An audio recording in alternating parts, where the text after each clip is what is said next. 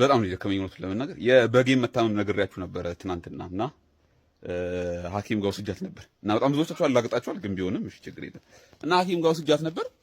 መርፌ ተወጋች ማለት ይችላል እና መርፌ ተወጋች የባክቴሪያ ምናምን ነገር ተባለችና 2 መርፌ ከተወጋች በኋላ አሁን ጤነኛ ማለች እየበላሽ ነው ምናምን።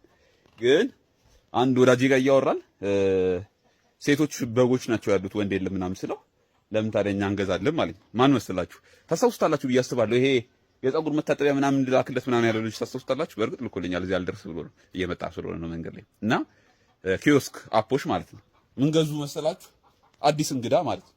ይሄንን ወንድ ገዛ ማለት ነው።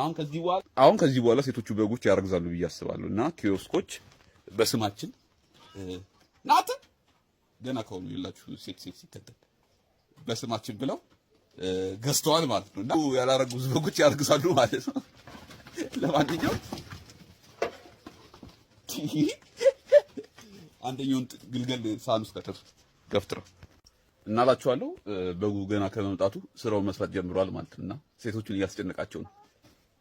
በርታ ኪዮስክ ብለናል። ኪዮስኮችን የማታውቋቸው ከሆነ ኦንላይን ላይ ዕቃ ምናምን የሚሸጡ ናቸውና ግዟቸው፣ አሪፎች ናቸው እና ኪዮስኮችን እናመሰግናለን።